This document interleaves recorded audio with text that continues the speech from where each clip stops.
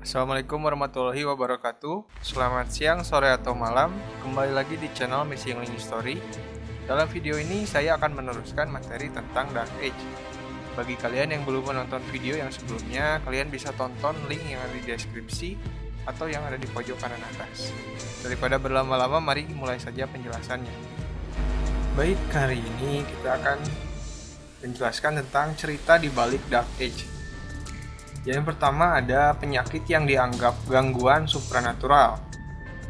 Jadi pada saat itu monopoli gereja membuat pemikiran logis orang-orang Eropa menjadi semakin minim. Akhirnya pada abad ke-14 sekitar tahun 1346 sampai 1353 muncul sebuah wabah penyakit yang dikenal dengan wabah Black Death.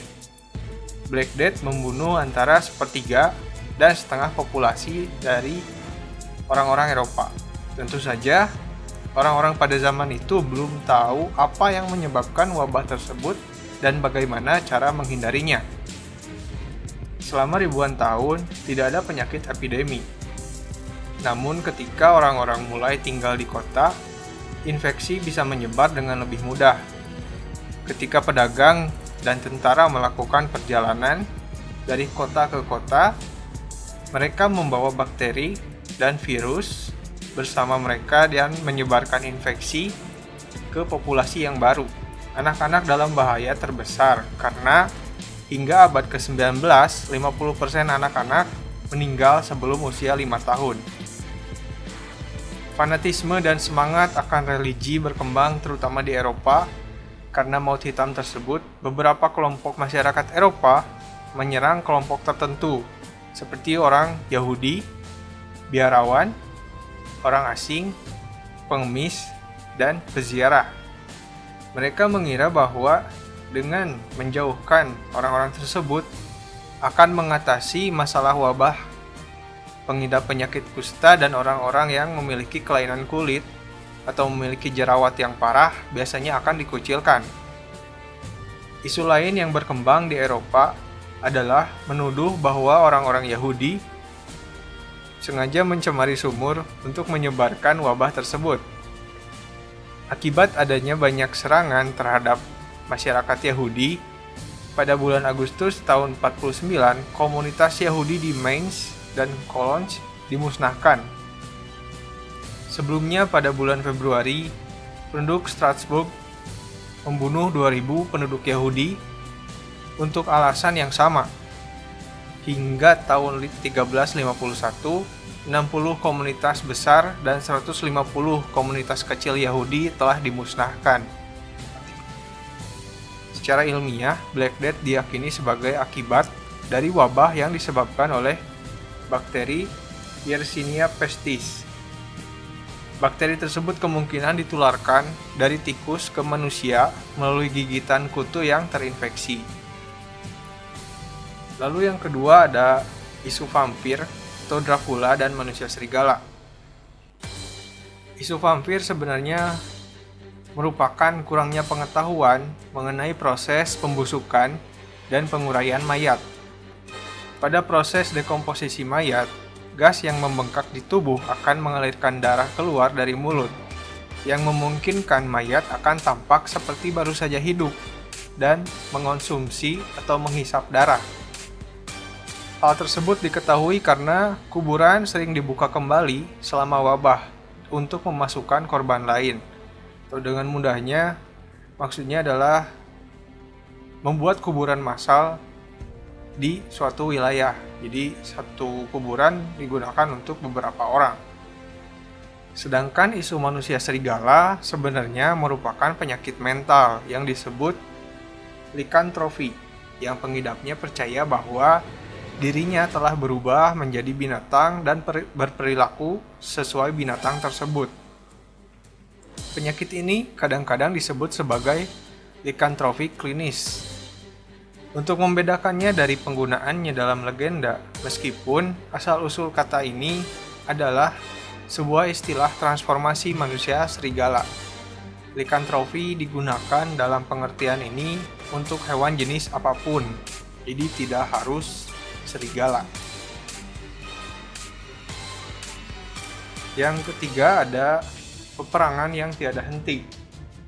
Sebenarnya peristiwa abad pertengahan memang wajar terjadi, apalagi kerajaan Inggris yang sering invasi ke negara tetangga ataupun negara asing lainnya.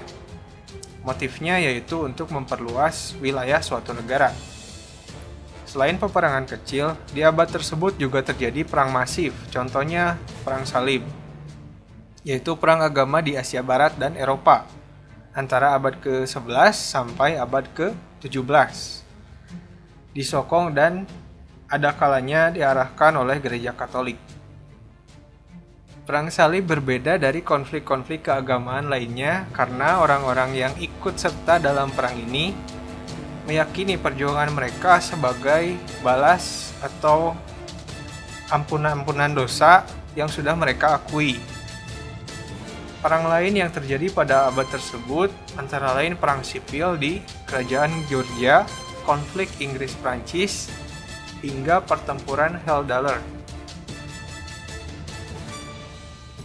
Yang keempat ada eksekusi mati bagi orang yang dianggap sesat. Bagi orang-orang yang dituduh sesat, murtad, dan memiliki ilmu gaib, mereka akan mendapatkan hukuman dan eksekusi berupa hukuman mati yang biasanya dibakar hidup-hidup.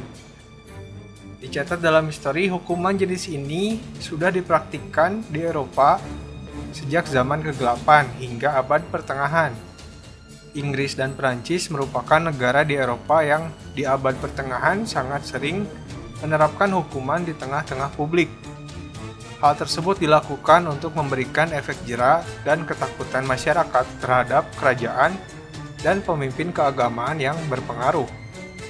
Selain dibakar hidup-hidup, terdakwa pada saat itu juga bisa digantung, dipenggal, direbus hidup-hidup, bahkan dihancurkan hingga tubuhnya terpotong menjadi beberapa bagian. Eksekusi-eksekusi sadis tersebut merupakan hal lumrah dan dijadikan cara untuk menekan tingkat kriminalitas menurut gereja. Yang kelima ada perburuan dan eksekusi mati bagi para penyihir. Pada awalnya hal tersebut merupakan perintah dari raja kepada pendeta agar melarang segala praktik perdukunan yang sangat meresahkan masyarakat. Pada era kegelapan tersebut, ratusan orang dihukum mati tanpa alasan yang jelas. Bahkan, ilmuwan dan tabib juga tak lepas dari eksekusi barbar tersebut. Salah satu kota dengan kasus penyihir terbanyak ada di Moravia Utara, Ceko. Pada era kegelapan zaman dulu, kota kecil seperti Moravia memang kental dengan kisah-kisah mistis yang menimbulkan paranoid bagi kebanyakan orang.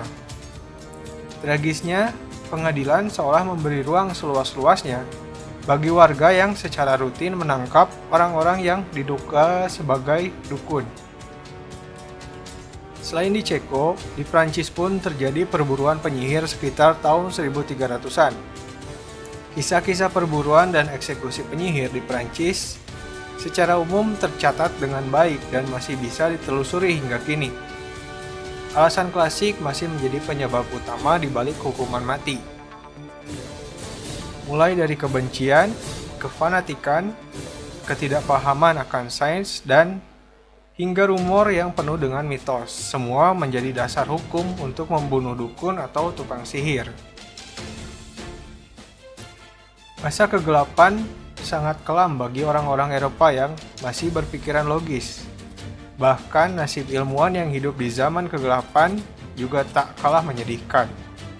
Pasalnya, pemikiran mereka yang mengandalkan nalar dan logika seringkali dianggap sesat dan tabu bagi mayoritas publik Eropa. Tak jarang mereka juga kerap menjadi tertuduh sebagai penyihir dan harus mendapati eksekusi yang seharusnya tidak mereka dapatkan. Sekian dari video yang kita bahas. Apabila kalian memiliki kritik atau masukan, kalian dapat tulis di kolom komentar karena komentar kalian dapat membantu channel ini lebih baik lagi. Apabila channel ini bermanfaat, kalian bisa support dengan subscribe channel ini dan share ke seluruh dunia agar mereka tahu. Aktifkan juga lonceng notifikasinya. Saya pamit undur diri. Assalamualaikum warahmatullahi wabarakatuh.